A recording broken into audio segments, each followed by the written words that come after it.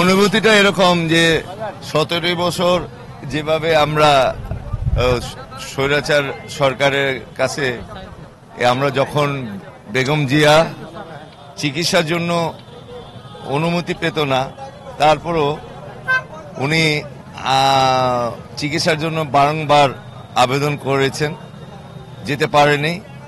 এই স্বাধীন হওয়ার পর 5ই আগস্ট পরবর্তী সময় বর্তমান সরকার তাকে সুচিকিৎসার জন্য লন্ডনে চিকিৎসার জন্য অনুমতি দিয়েছেন এবং সুচিকিৎসা নিয়ে উন্নত চিকিৎসা নিয়ে তিনি আসছেন।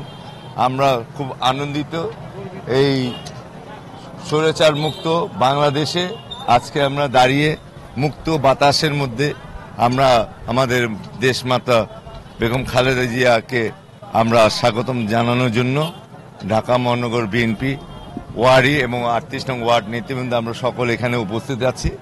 এটা দাঁত ভাঙা আনন্দ উচ্ছ্বাস আমরা উপভোগ করছি। আমি ওয়ারি থানা 38 নং ওয়ার্ড বিএনপির সাধারণ সম্পাদক শহীদুল হক শহীদ।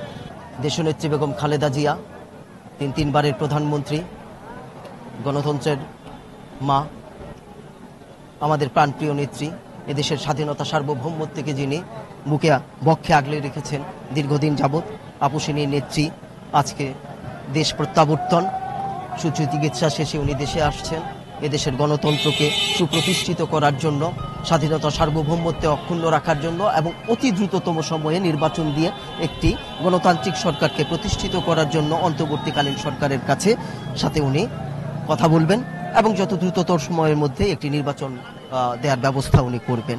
এবং আমরা আবারও মাপ চেয়ে নিচ্ছি, আমরা এখানে সমবেত হয়েছি ওনাকে অভ্যর্থনা জানানোর জন্য। ঘরে থাকতে পারিনি, আমরা ঘরে থাকা যায় না, তারপরেও নাগরিকদের যে অসুবিধা হয়েছে এই সাময়িক অসুবিধার জন্য আমরা অন্তরের অন্তঃস্থল থেকে দুঃখিত। আমরা দেশবাসী আমাদেরকে ক্ষমা করে দেবেন, দেশনেত্রীর জন্য দোয়া করবেন, তারেক রহমানের জন্য দোয়া করবেন, সাথে ওনার 2 পুত্রবধূ আছেন জোবাইদা রহমান এবং শর্মিলা, ওনাদের জন্য আপনারা দোয়া করবেন। এদেশের স্বাধীনতার জন্য, এদেশের গণতন্ত্রকে পুনরুদ্ধার করার জন্য আজীবন যে সংগ্রাম করে গেছেন সেই সংগ্রামকে যাতে ওনারা অব্যাহত রাখতে পারেন।